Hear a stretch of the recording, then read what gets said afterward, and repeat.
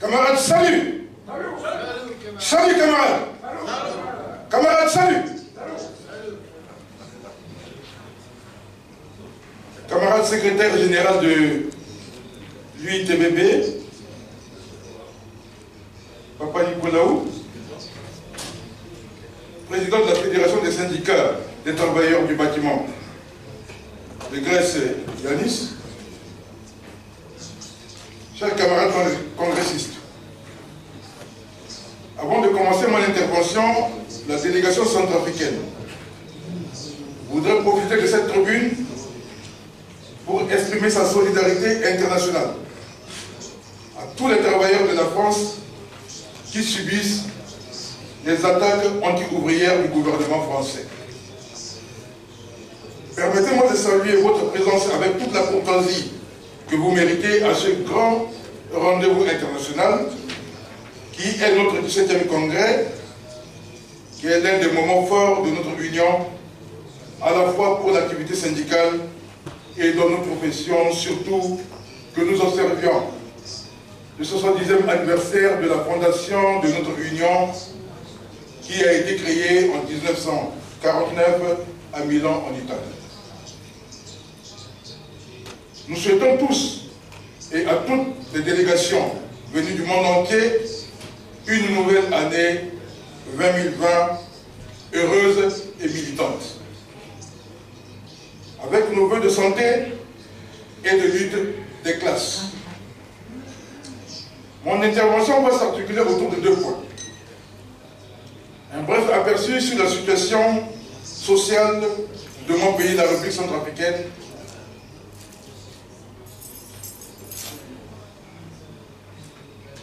et deuxièmement, la situation des travailleurs de notre secteur.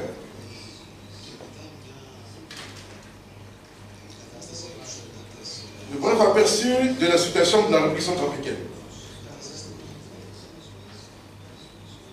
Nul n'a le droit d'effacer une page de l'histoire d'un peuple, car un peuple sans histoire est un monde sans âme. Je viens d'un pays qui ne connaît plus de paix depuis décembre 2012. Une coalition de 11 factions de rebelles dénommées Séléka, qui signifie simplement Alliance, composée en majeure partie des mercenaires étrangers, a quitté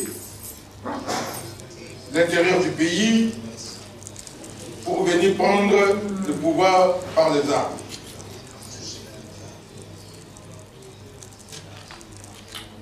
Tout le long de leur parcours,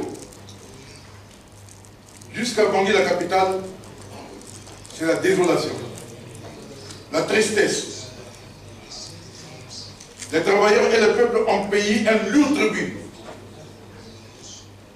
C'est vous dire que l'impérialisme, le stade suprême du capitalisme, a entraîné avec lui des massacres, des terreurs et des agressions.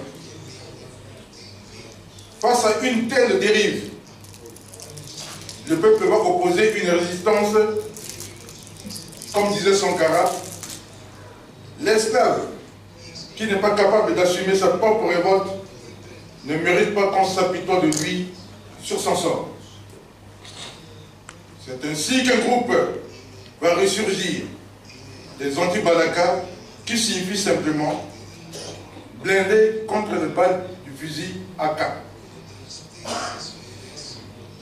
Donc les 2 groupes sont responsables du chaos dans mon pays. Les Séléka et les anti-Balaka, des milices respectivement proches des musulmans et des chrétiens par amalgame pour justifier les interventions militaires du pays, des pays riches. Cette guerre est fomentée par le capitalisme pour maintenir sa domination et ses profits en République centrafricaine, écrasé sous son talent de faire des travailleurs et crée quotidiennement des victimes. Camarade secrétaire général, Papa Nicolaou, camarade Yanis, camarade membre du bureau, chers camarades congressistes, Les impérialistes sont des hypocrites. Ils allument le feu. Ils l'attisent. Ils viennent jouer aux pompiers. On a tout compris. La République centrafricaine est un pays où se sont enchaînées de nombreuses crises militaro-politiques et sociales depuis plus de 40 ans. Cette situation a grandement contribué à la détérioration de l'organisation du travail avant la montée inexorable de la pauvreté. Selon les données publiées par la Commission européenne, 50% de la population a besoin d'une aide humanitaire. 450 000 personnes sont déplacées. De nombreux travailleurs sont toujours dans le camp des réfugiés, à l'intérieur comme à l'extérieur du pays, isolés et vulnérables. Les infrastructures routières, transports, etc. sont dans un état délabré avec de nombreux bâtiments abandonnés et ou détruits, dans la capitale comme dans l'arrière pays. La description de cette situation montre clairement la faible prise en considération du rôle des syndicats pour la paix. Aujourd'hui, le tissu social du pays est fortement désintégré. La population vit dans la crainte et sans lien social organisé. La cohésion sociale est mise en mal par la faible relation entre les organisations des secteurs du monde du travail. Les problèmes de sécurité sont peu maîtrisés au niveau national. À ce jour, 1/10 du territoire est seulement sécurisé.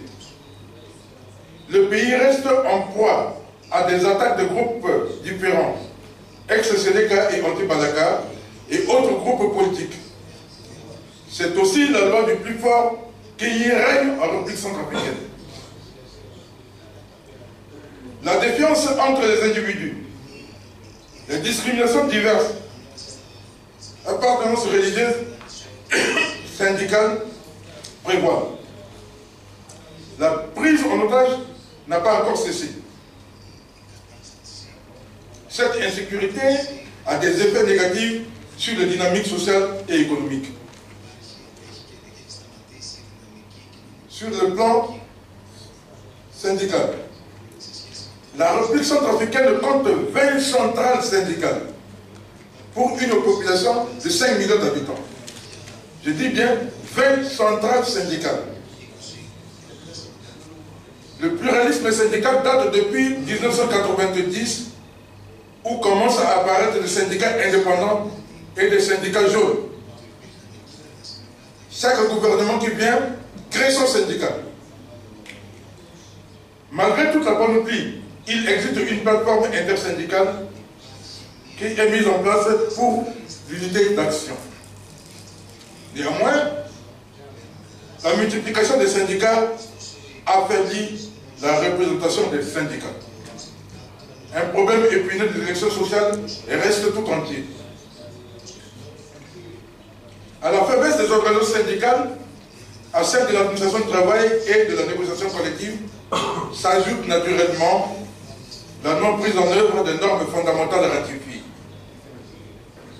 Des milliers d'enfants, dont beaucoup sont orphelins, suite à la guerre, au VIH-Sida, la déscolarisation, démobilisation, et leurs mères sont livrées à eux-mêmes sans soin et forcés à travailler dans des conditions nuisant à leur santé mentale, morale, physique, dans tout le territoire. Les agressions sexuelles, vols avec violence, sont observées quotidiennement. La majorité des femmes sont occupées dans l'informel et restent sujets à la discrimination et à la violence. Même à l'absence des statistiques, les sous-emplois et le chômage sont reconnus comme de sérieux obstacles au développement de la paix. L'économie informelle s'est accrue occupant aujourd'hui plus de 90% de la population active. La lutte des classes est une réalité incontournable en République centrafricaine. Je dis bien, la lutte des classes est une réalité incontournable en République centrafricaine. Si vous pensez que nos morts puissent étouffer le mouvement qui apporte de l'espoir à des millions d'exploités qui peinent dans le besoin de la misère, si vous pensez ainsi, pendez-nous donc. Pendez-nous donc ici. Si vous ne faites qu'éteindre des étincelles, mais là-bas, plus loin, en Grèce, là-bas, plus loin, à la FESEM, là-bas, plus loin, dans les luttes de classe, derrière et devant vous, partout. Les flammes s'embrasent. Un incendie souterrain que vous ne pouvez jamais éteindre. Jamais. Aujourd'hui, l'année qui vient de s'achever est marquée par l'exaspération des antagonistes. Le chômage se trouve dans l'ADN du capitalisme. Il est un allié pour le capital, mais une menace pour la lutte et les acquis des travailleurs de notre secteur. La République centrafricaine n'est pas dotée d'une politique adéquate en matière d'urbanisme. En conséquence, certains quartiers sont enclavés, insalubres et précaires, car les infrastructures inexistantes sont dans un état de dégradation avancée. Les dispositifs de collectifs de traitement des ordures ménagères sont presque inexistants. Aujourd'hui, les gens sont obligés d'aller vers ce qu'on appelle le TIMO, c'est-à-dire des travaux à haute intensité de main-d'œuvre, pour pouvoir parvenir à leurs besoins. Donc tout cela, le syndicat est obligé de signer un accord de stabilité et de paix pour permettre à l'actuel gouvernement de pouvoir relever l'économie du pays. Les violences intercommunautaires ont dépassé toute imagination. Des pillages des unités économiques, la précarité, l'exploitation anarchique des bois et des ressources naturelles ont contribué à fragiliser le pays. L'environnement sociopolitique et institutionnel n'est pas virtuellement favorable aux syndicats de notre secteur du fait de la démotivation des travailleurs et des droits des travailleurs ne sont toujours pas garantis. Les chômages techniques sont des pratiques qui démobilisent et freinent la syndicalisation.